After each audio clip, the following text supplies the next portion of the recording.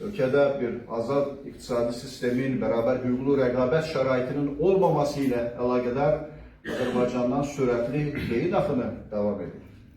İlave edilən ki, çıxışında deyib ki, Azərbaycanda innovativ məsələlər həll olunmalıdır, texnologiyalardan istifadə olunmalıdır. Bunları kim edəcək? Bunları gənclər etməlidir və Azərbaycanın istedadlı gənclərinin böyük bir qismi Azərbaycanda olan bu vəziyyətə görə, yəni demokratiyanın olmaması, insan haqlarının qorunmaması, siyasi məhbus problemi, tribalizm siyasəti, iqtisadiyyatda bərabər hüquqlu rəqabət şəraitinin olmaması və sair səbəblərdən Azərbaycanı tərk etmək məcburiyyətində qalıblar. İstər səhiyyə sahəsində, istər biznes sahəsində, istər digər sahələrdə olan bir çox gənc mütəxəssislərimiz indi dünyanın müxtəlif ölkələrində işləməklə, fəaliyyət göstərməklə məşğuldur. Bundan başqa Azərbaycanda demokratik cəmiyyətin, azad məhkəmənin olmaması səbəbindən Azərbaycan investisiya qoyuluşu üçün cəlbedici bir ölkə deyil. Yəni, hər kəs Azərbaycanda hər hansı bir iş görməkdən ehtiyatlanır. Çünki burada olan korrupsiya, burada olan rüşvətxorluq, xüsusilə azad məhkəmələrinin olmaması, yəni azad məhkəmələrinin olmaması yalnız siyasi məsələlərə aid olan bir problem deyil, yalnız siyasətlə məşğul olan, müxalifətdə olan, siyasi məhbuslarla bağlı olan bir məsələ deyil. Azad məhkəmələrin olmadığı bir ölkədə azad iqtisadiyyatın olması mümkün deyil və bunu dünyada çox yaxşı bilirlər. Və ölkədə ümumda daxili məhsulun artım səviyyəsinin aşağı düşməsi, hətta Ermənistan kimi ölkədən, Gürcüstan kimi ölkədən daha geridə qalmasının səbəblərindən biri də Azərbaycanda demokratik cəmiyyətin qurulmasına imkan verilməməsi, Azərbaycanda edilən qanun dəyişikliklərin bir qayda olaraq mürtəci dəyişikliklər olması və Azərbaycanda daim avtoritarizmin daha da möhkəmlənməsi istiqamətində aparılan siyasətdir ki, Azərbaycan hakimiyyəti bu məsələləri nəzərə almalıdır. Müxalifətin sıradan çıxarılması mümkün deyil. Müxalifət yalnız təşkilatlanmış siyasi təşkilatlarda olan adamlardan ibarət deyil. Azərbaycan cəmiyyəti, Azərbaycan xalqı hakimiyyətin bugünkü siyasətinə müxalif mövqedədir. Təşkilatları ləğv edəcəksən, qeyri-legal fəaliyyət başlayacaq. Təşkilatları ləğv edəcəksən, konstitusiya yolu ilə fəaliyyət göstərən siyasi təşkilatları sıradan çıxaracaqsan, konstitusiyadan kənar, o sizin dediyiniz kimi həqiqi bir radikal müxalifət qüvvələri meydana çıxacaq. Yəni Azərbaycanda əslində radikal müxalifət mövcud deyil. Radikal müxalifət o müxalifətə deyilir ki, onlar konstitusiyanın qanunları nəzərə almadan fəaliyyət göstərirlər. Yəni belə müxalifət radikal müxalifətdir. Azərbaycanda əslində radikal müxalifət yox, radikal hakimiyyət mövcuddur. Çünki bizim əsas tələbimiz Azərbaycan hakimiyyətindən hətta qüsurlu olan, hətta problemli olan konstitusiyaya əməl olunmasıdır. Qanunlara əməl olunmasıdır. Amma Azərbaycan hakimiyyəti qanundan kənar fəaliyyət göstərməklə əslində faktiki olaraq radikallığa yol verən bir siyasət yürüdür və radikal siyasət yürüdür və əgər legitim, açıq fəaliyyət göstərən legal siyasi təşkilatların ləğv olunması nəticə etibarilə ölkədə həqiqi bir radikal müxalifət qüvvələrinin ortaya çıxmasına gətirib çıxara bilər ki, bu da yalnız Azərbaycan hakimiyyətinin yox, bütövlükdə Azərbaycan cəmiyyətinin, Azərbaycan dövlətinin problemidir. İlham Əliyevin çıxışında dedi ki, yaxın aylarda sizə xoş xəbərlərim olacaq. Biz baxdıq, nəyi nəzərdə tuta bilər? Yəqin ki, Ermənistanla sülh sazişinin bağlanması, bu ticarət yollarının açılması, Zəngəzur dəhlizinin açılması və ya enerji infrastruktur layihələrinin istifadəyə verilməsi və digər bu tipli məsələlər nəzərdə tutula bilər. Amma bizim də gözlədiyimiz xoş xəbərlər var.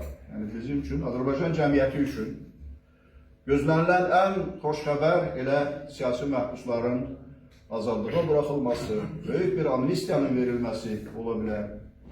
Azərbaycan həbsxanalarında hüquqları pozulan şəxslər təkcə siyasi məhbuslar deyil.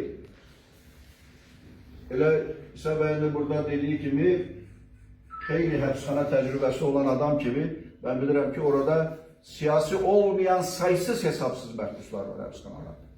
Azərbaycan həbsxanalarında həddən artıq çox məhbus var və bu məhbusların azadlığa çıxması, nəhayət Azərbaycanda amnistiya verilməsi, cəzaların yüngülləşdirilməsi, cəzalarının bir hissəsini çəkmiş adamların azadlığa buraxılması lazımdır. Azərbaycan cəmiyyəti üçün xoş xəbər bu olar. Azərbaycan cəmiyyəti üçün xoş xəbər quru sərhədlərinin açılması ola bilər.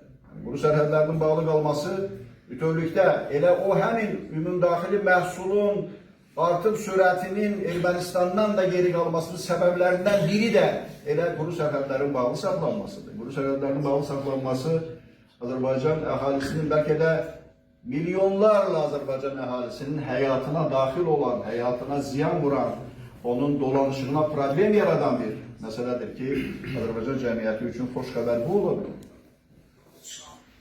İndi 8 noyabr Zəfər gününün 5 illiyinə hazırlaşırıq. 5 illik də bir yubileydir təxminən. Və bu tarihin xüsusi qeyd olunması, bu ümumxalq bayramının xüsusi qeyd olunması həddən artıq vacibdir.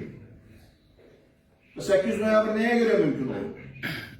Təbii ki, ilk növbədə ordumuzun, əsgərlərimizin şücaəti, şəhidlərimizin qanı, qazilərimizin öz sağlamlıqlarını itirməsi hesabına Azərbaycan resurslarının bu prosesdə cəlb olunması, Türkiyənin və digər dost dövlətlərin bizə verdiyi siyasi informasiya yardımı və digər amillər, digər səbəblər mövcuddur. Amma ilk növbədə biz vətəndaş həmrəyliyi hesabına 8 noyabrda zəfər qazanmağa və ərazilərimizi işğaldan etməyə nail olmuşuq. Amma siyasi məhbusların olması, Azərbaycanda heç bir aidiyyəti olmadan birdən-birə müxalifət üzərinə tamamilə ağla sığmaz ittihamlarla hakimiyyət tərəfindən hücum edilməsi və bu prosesin permanent xarakter alması Azərbaycanda vətəndaş həmrəyliyinə yox, əksinə vətəndaş qarşı durmasına xidmət edir. Ona görə noyabrın 8-də Zəfər gününün 5 illiyində siyasi məhbusların azadlığa buraxılması, böyük bir amnistiyanın verilməsi, ümumiyyətlə cəmiyyətdə qarşı durma siyasətinə, düşmənçilik siyasətinə son qoyub nəhayət milli həmrəylik siyasətinə qayıdılması həddən artıq vacibdir. Və Azərbaycan yalnız azad bir cəmiyyət qurmaqla, hüquqi bir dövlət qurmaqla, bütün sahələrdə, təkcə siyasi sahədə yox, həyatın bütün sahələrində, iqtisadi sahədə, siyasi sahədə, digər sahələrdə, hər hansı bir peşə sahəsində bərabər hüquqlu rəqabət şəraitinə imkan verməklə Azərbaycanın davamlı inkişafına və Azərbaycanın bütövlükdə dünya dövlətləri sırasında layiq olduğu mühüm bir yer tutmasına nail olmaq mümkündür. Biz bunun uğrunda mübarizə aparırıq. Bu mübarizəmiz davam edəcək. Müqavimət dayanmayacaq və orqanizm yalnız o vaxt həyatını itirir ki, müqavimət dayanır. Bunu səhiyyətçilər yaxşı bilirlər. Cəmiyyət də bir orqanizmdir.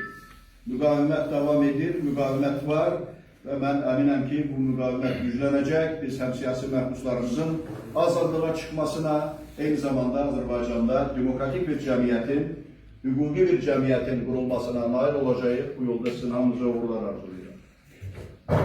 Teşekkür ederim Malik Bey. Çok anlamlı çıkışlarda kendine göre. Başka çıkış etmek isteyen yoksa ben o zaman sözü Mustafa Başkan Muavini Mustafa Bey'e vereceğim ki